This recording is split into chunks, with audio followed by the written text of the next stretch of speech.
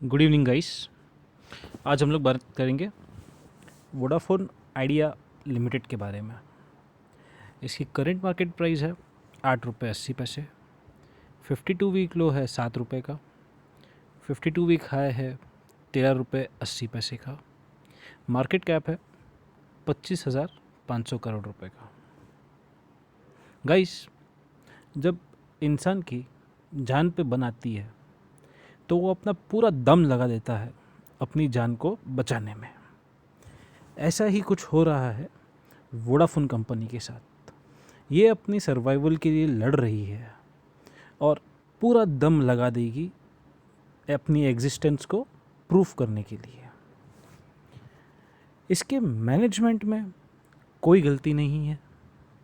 Company के fundamentals भी अच्छे हैं। कंपनी ने कभी भी अनएथिकल बिजनेस प्रैक्टिस नहीं की है। कंपनी ने ऑपरेट करने के लिए इंडिया के सारे रूल्स एंड रेगुलेशंस भी फॉलो किए हैं।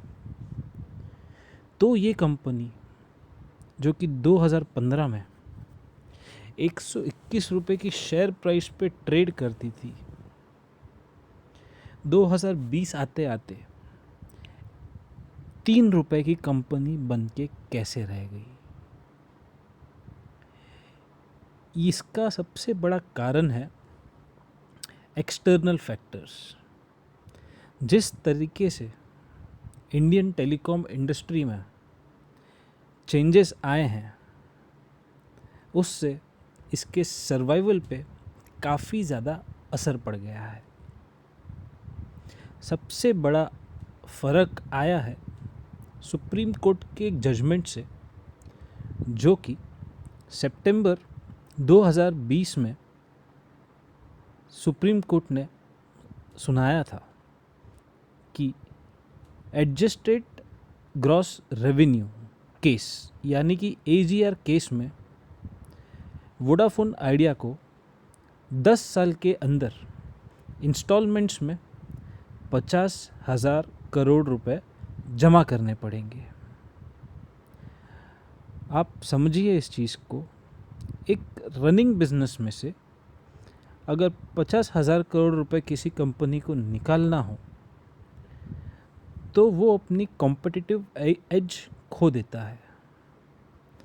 और इसी के अगेंस्ट में वोडाफोन आइडिया ने गवर्नमेंट से प्ली भी की है कि जो सेटलमेंट कॉस्ट उन्होंने दिया है 50,000 करोड़ रुपए का, उसे वापस रिकंसीडर करें।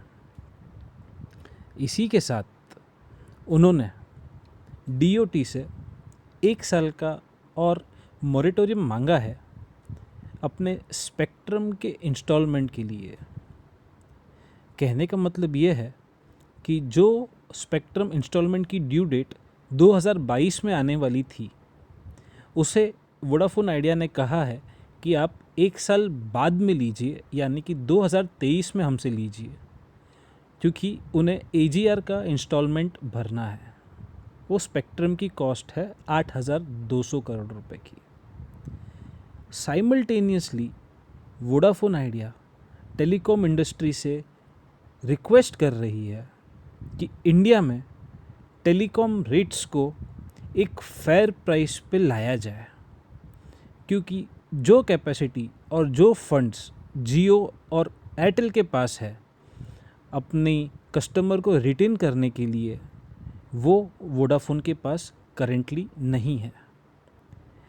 ये इतना प्रेडिटरी और एग्रेसिव मूव है इन दोनों कंपनियों की तरफ से, जिसमें ना तो ये प्रॉफिट कमा रहे हैं और ना ही वोडाफोन को प्रॉफिट कमाने दे रहे हैं। ये सब कुछ जानते हुए भी हमारी इंडियन गवर्नमेंट और हमारे जुडिशल कोर्ट्स चुप बैठे हुए हैं। एक तरीके की बुलिंग हो रही है टेलीकॉम इंडस्ट्री के अंदर, और वोडाफोन अकेला इन सब से लड़ रहा है।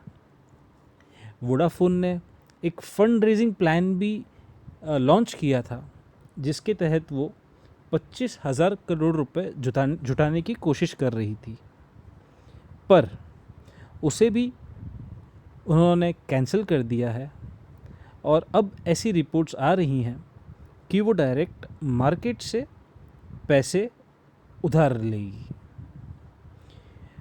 वोडाफोन आइडिया का Q4 रिज़ल्ट भी आया है, जो कि काफ़ी ख़राब है। इसे ऐसे समझिए